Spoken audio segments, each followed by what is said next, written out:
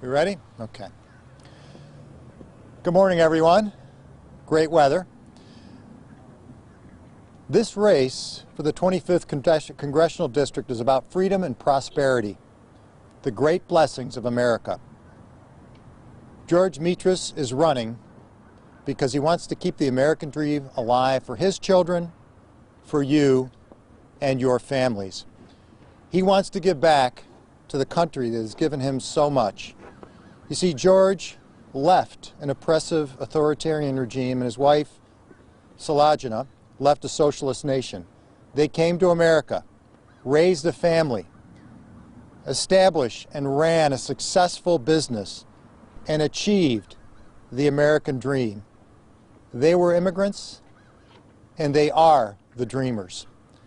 It's time to have a representative that fights for you, not political parties, a voice, an advocate, a friend. Time for a new direction in the 25th Congressional District. I want to introduce to you and give you our next Congressman, George Mitris. George. All right. Thank you, everybody. Thank you for braving the cold and being out here today on what I think is a special day, this Black History Month and President's Day. And thank you, Mark Assini, not only on behalf of this campaign, of which you are an indispensable part, but on behalf of the people of our community that I know you love and for whom you have fought for decades. Thank you very much. And I want to give a special thank to a few people here. There are many others, but Reverend Owen Shepard and Jerry Ann Puskis and Christina Gullo from Villa of Hope. People like you who fight every day for people in our community in need that have nowhere to turn. You provide guidance and care. You're an inspiration. You're part of the reason why I am here. Ladies and gentlemen, I have been extremely fortunate in my life. I came to this country at the age of 8 years old. And I've been fortunate enough to land in Rochester, New York with my wife of 27 years. We have raised a family. Honey, would you come up here?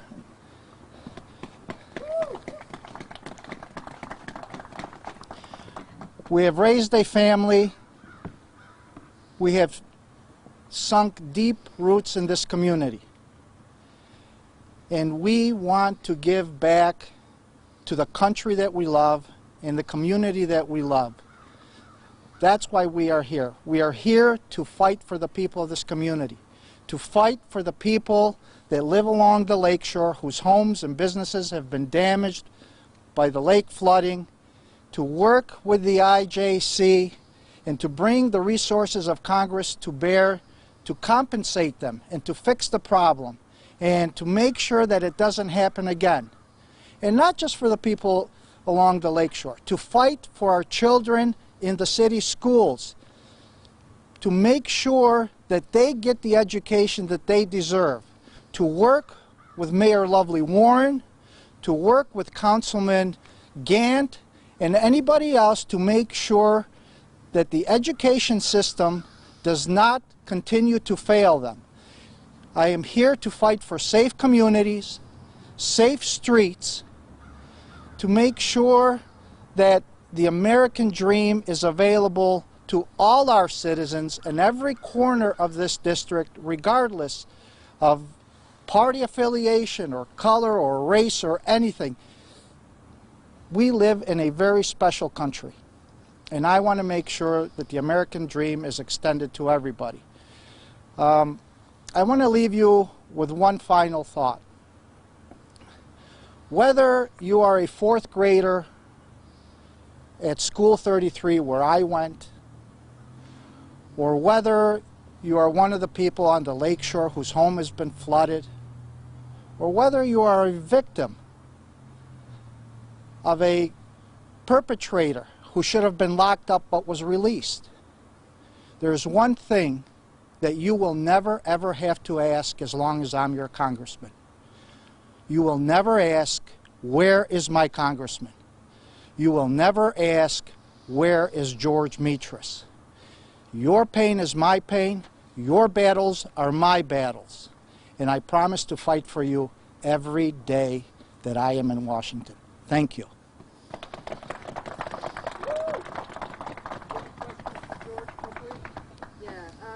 So the federal government has deployed ICE SWAT teams to sanctuary cities. This could include Rochester, most likely would include New York City. I mean, what's your stance on this? Look, my waking and sleeping hours of the day are consumed with the needs of this community.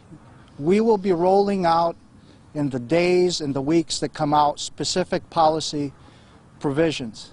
But for today, I want the people of Monroe County to understand nobody will be a better friend, nobody will fight harder for them than George Mitris. Next. So further to this question, people have said that they are concerned because this deployment would last from now until May, which is when the census would be going on, and people are concerned that if this happens, that there would be an undercount in the census, which could mean less federal dollars to New York State, and that could also mean less congressional seats, losing up to 2 seats. What do you say to that? What is your name again? My name's Noelle Evans. I'm with WXXI News. Luella, you will learn that with George Mitris, I will have a singular focus. That singular focus will be the best interests of the people of my community.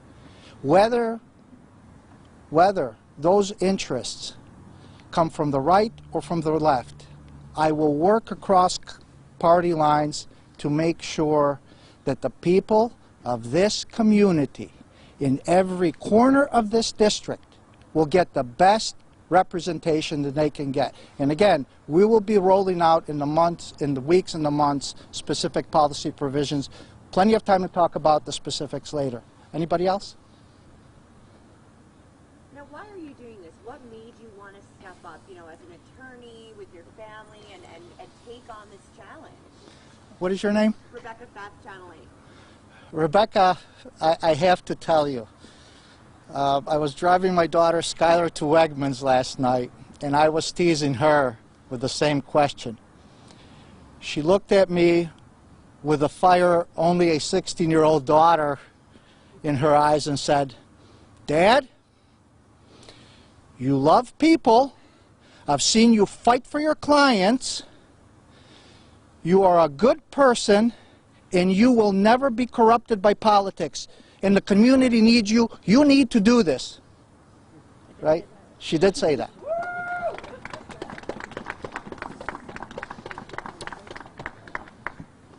Any other questions? Thank you for being here. Thank you for braving the cold. If anybody wants to do a stand-up with George, you can go.